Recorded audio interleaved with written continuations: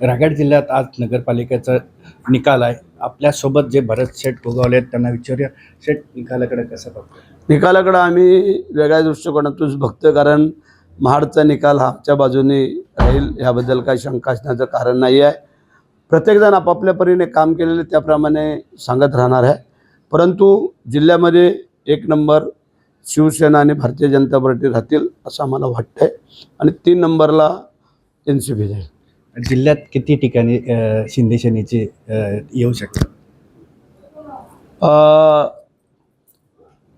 4 ठिकाणी आणि एक थोडासा वेगळा हिसाब आहे. म्हणजे आम्हाला असं वाटतंय की 5 ठिकाणी आम्ही पुढं राहू आणि एक 3 ठिकाणी भारतीय जनता पार्टी राहील आणि कदाचित एक ठिकाणी अलिबागला शेतकरी कामगार पक्षाने ते लढत आहेत, तिथं काय कौल होईल तो. परंतु 1 नंबरला आम्ही राहू असं मला वाटतंय. मतदानाच्या दिवशी भानगडी झाल्या होत्या. तुमचा पुत्र पण विकास गोगावले होते. आज फुल बंदोबस्त लावण्यात आला, त्यावेळेस कसं बघतो?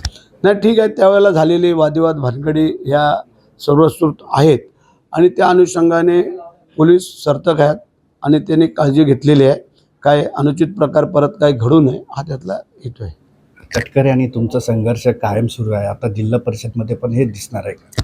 बघूया ना, आता आमच्या नेते मंडळी तो काही प्रयत्न करतायत, त्यातून आपल्याला समजलं जाईल आणि आताच्या चित्रामध्ये स्पष्ट होईल काय आहे ते.